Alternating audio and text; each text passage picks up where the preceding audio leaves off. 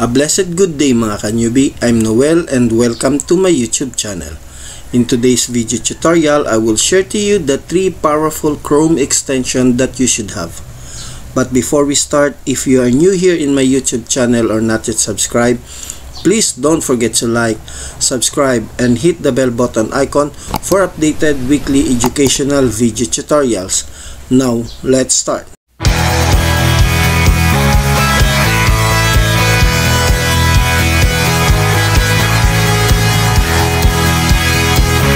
Okay, first, open muna tayo ng ating mga Google Chrome. And in our Google Chrome, no? So, punta tayo sa ating Google Chrome extension. So, i-type lang natin dito or i-search nyo lang ay Chrome extensions.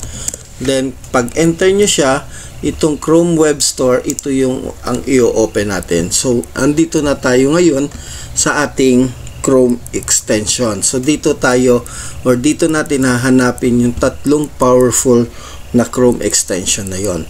So itong tatlong Chrome extension na to ay napaka-importante at napakahalaga sa atin, no, na mga users ng computer. Kahit na maging teacher ka, maging professionals ka, office workers ka, mapa-estudyante ka, napakahalaga nito. Kaya nga very powerful ito. Hindi natin alam na nag-i-exist itong tatlong ito, no? Pero pag nalaman nyo itong tatlong ito, mapapadali ang ating mga ika nga sabihin natin trabaho dito sa ating internet. Okay? Using Google Chrome. Ang umpisa na natin. The first Chrome extension na ilalagay natin ay kailangan mayroon kayong save image as type. Okay? So, i-click lang natin itong save image as type or click enter nyo lang siya at ito yung save image as type. So, all you have to do, i-click nyo lang ito and after po nyan, i-add to Chrome nyo na siya. Click nyo lang po yan. Then, add extension. So, ang image, save image as type, so, as you can see, nakikita nyo, naka-install na po siya, nailagay na po agad. Ang save image as type, ito yung mga pagkakataon na pag nag-open tayo ng image sa ating mga Google Chrome, pag gusto natin yung image na yon, sinisave natin, halimbawa gaya nitong graduates, no, kinlik ko ito, lalabas itong site na ito. Or kung hindi man, dito pag ni-right click natin, sinave image as natin siya, gusto natin yon, no, mapapansin natin, for example dito, sinave image as natin siya, mapapansin nyo web BP siya. So walang options ng JPEG dito, no? Kung dito naman gagamitin natin, so i-save image as natin, kung magkaroon man siya ng JPEG, ang maging problema natin naman dito ay medyo mababa ang resolution natin. So pag ganitong pagkakataon, magagamit natin yung extension nating save image type. So, i-right click nyo lang siya. So, dito, mapapansin nyo, save image as, ito yung kanina.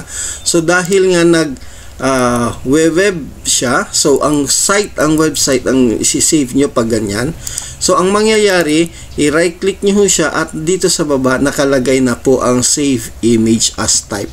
So, dito, may options kayo kung JPEG, PNG, or yung website mismo nyo isi-save. So, ganun kahalaga itong save image as type. So, isa ito sa powerful siya. Sabihin simple lang, pero powerful siya at napakahalaga sa atin na gamitin ang save image as type Chrome extension. Then, pag sinave as JPEG natin siya or JPG, then, saka natin isi-save kung saan yung ating paglalagyan. Kung sa, for example, dito sa desktop, so pwede nyo na siyang masave sa desktop and mapapansin nyo downloaded na po siya. So i-minimize ko lang and nandito na po siya. Kung mapapansin nyo, kung kanina low resolution kapag nagda-download tayo, ngayon high resolution. Pansinin nyo, malinaw. Subukan natin yung isa dito, pag i-right click natin, save as image, then JPEG. So downloaded ang file name, downloaded. So download na siya. Yung isa, header. Okay, ito yung una natin na gamit ang save image as type, and ito naman yung downloaded is yung ni-right click lang natin at sinave as. Kung mapapansin nyo, napakaliit ng resolution, pero yung isa napakalaking resolution siya, napakalaki. Yun ang kagandahan nitong Chrome extension na save image as type. So, jump tayo sa next Chrome extension. So, balik tayo dito. Next naman natin na Chrome extension ay view image. Okay, so i-click lang natin ang view image, enter, then i-click natin ito, and i-add to Chrome natin. So, ano ba yung add extension? Ano ba itong view image? So, ang kagandahan sa view image na ito, no? Kung mapapansin nyo rito, view image adds the view image button back to the Google image result page, no? So, ibig sabihin ito, for example, punta tayo dito sa ating graduates. So, ibig sabihin ng view image, pwede natin i-open ang image directly doon sa pictures niya, sa image niya. Hindi na kailangan papasok doon sa what they call this, sa website niya. For example, ganitong una. So, pag kinlik natin siya, lalabas ito. Then, dito, nakasulat lang yan, visit. Di ba? So, i-visit natin yan doon sa website. But, using the image, view image, so, dito, ang mangyayari na, magkakaroon na siya ng view image dito. Hindi na siya kailangan pumasok sa visit, no? So, i-click niyo na kagad ang view visit at saka mapupunta na kagad siya doon sa image na yon. No, yun ang kagandahan ng view image. So, kung mapapansin nyo, direct ka ng didiretso doon sa ating mga image. Hindi na tayo babalik doon sa dati. Okay? And the third, Chrome extension, at ang huli ay ang tinatawag nating Project Napta. Okay? So, itong Project Napta naman, open lang natin siya and add to Chrome and add to extension. So, ano naman ito? Ang Project Napta na tinatawag, so i-close ko lang itong mga naka-open sa atin. Okay? So, ang Project Napta, ang ginagawa nito ay pwede mong i-copy ang, so ayan, naka-added na tayo, no? Pwede mong i-copy ang mga text sa loob ng pictures. Na, di ba, mostly pag na-picture na siya tapos may text doon, hindi natin nakaka-copy ang text doon. So, using this Chrome extension, the Project Napta, kahit na ang text nasa loob ng image, makakopy natin siya. So, for example, I have here, nag-search ako dito, close ko muna ito, nag-search ako dito, ng inspirational quotes, no? So, ito yon. And to exist, so, kinlik ko siya, ito, I don't like to gamble. Okay, so, isa yan sa mga inopen ko. Mamaya mag-open tayo ulit. So, picture siya. Mapapansin nyo. So, nagzo-zoom at nagzo-zoom out. So, using this, i-refresh ko lang and i-refresh ko lang tong ano. Okay, using this Project Napta, dahil image siya, pwede mo na siyang kopyahin yung text niya. Hindi mo na kailangang i-type sa Microsoft Word. So, mag-open muna ako ng Microsoft Word para doon natin siya ipipaste mamaya. Okay? So, habang nag-open tayo, and after nyan, ikakopy na natin yung text dito sa image natin. So, create new blank presentation. So, ito na. Then, babalik lang ako dito. Okay, so kopyahin na natin siya. Kung ang ginagawa natin, pag may image tayong may text tayong gustong kopyahin sa image, tina-type natin siya isa-isa. Diba? Ang ginagawa nyo lang, ipapaliitin nyo lang siya, Then paliliitin nyo rin yung ating Google Chrome. Then itatype nyo dito, nakatapat siya ng ganyan.